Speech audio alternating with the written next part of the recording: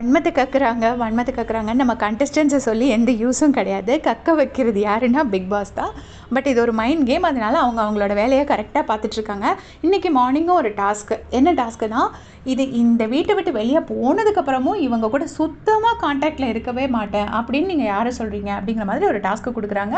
இது எக்ஸ் கண்டஸ்டன்ஸும் சொல்லலாம், ஃபைனலிஸ்ட்டும் சொல்லலாங்கிற மாதிரி சொல்லியிருக்காங்க. ஸோ ஒருத்தராக வந்து சொல்கிறாங்க. ஃபஸ்ட்டு வந்து விக்ரம் வராரு. அவர் வந்துட்டு என்ன சொல்கிறாருன்னா, திவ்யா கூட தான் நான் கான்டாக்டில் இருக்க மாட்டேன், ஸ்டார்டிங்லேருந்தே எனக்கு அவங்க கூட செட் ஆகவே இல்லை, ஸோ கண்டிப்பாக நான் திவ்யா கூட கான்டாக்டில் இருக்க மாட்டேன் அப்படின்னு சொல்லிட்டு அவர் சொல்லிட்டு போகிறாரு. முன்னாடி தடவி கொடுக்குற மாதிரி தடவி கொடுத்துட்டு பின்னாடி போயிட்டு ஐயோ வி ஆர் மூவிங் ஃபார்வர்டுங்கிறாங்க. அது ப்ரமோ கட்டுன்னு நினைக்கிறேன். இது வந்து வியானா சொல்கிறாங்க. வியானா வந்து விக்ரம் பற்றி பேசுகிறாங்க.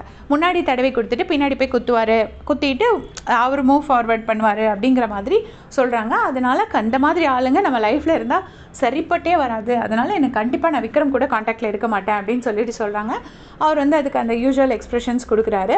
ஸோ இது வந்து ஒரு லிமிட்டோட வியானக்கே ஒரு மாதிரி இல்லையா அப்படிங்கிறது தான் எனக்கு தோணுது. ஏன்னா அவங்க சொல்லியாச்சு இன்னஃப். அவங்க மனசு வருத்தம், எக்ஸ்ப்ளனேஷன் எல்லாமே ஓகே. பட் எல்லாமே ஒரு லிமிட் வரைக்கும் வந்து அது கேட்குறதுக்கு அவங்க பக்கம் நியாயம் இருக்கிற மாதிரி இருக்கும். ஒரு லிமிட் தாண்டி போயிடுச்சுன்னா அந்த சொல்கிற பர்சன் பக்கம் நியாயம் இருந்தால் கூட அது நியாயம் இல்லாத மாதிரி ஆகிடும். அந்தளவுக்கு அந்த அதர் பர்சன் மேலே தான் நமக்கு சிம்பத்தி வரும். அந்த மாதிரி தான் வியானா ஒரு லிமிட் தாண்டி விக்ரமை வந்து அட்டாக் பண்ணுறாங்க மாதிரி எனக்கு தோணுது.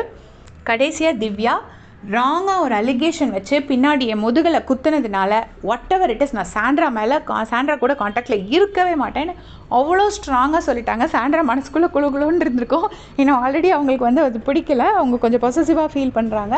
ஸோ திவ்யா வந்து கான்டாக்டில் இருக்க மாட்டேன்னு சொன்னோன்னா ரொம்ப நல்லதுமா சாமி நீ போயிரு அப்படின்னு தான் நினச்சிருப்பாங்க.